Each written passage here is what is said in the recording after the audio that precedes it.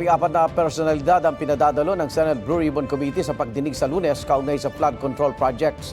Ayon kay Senate President Tito Soto, kabilang sa mga ipinasampina sina dating DPWH Secretary Manuel Bonoan, dating Congressman Saldico, dating DPWH NCR Regional Director Gerard Opulencia, at dating DepEd Undersecretary Traigib Olaivar.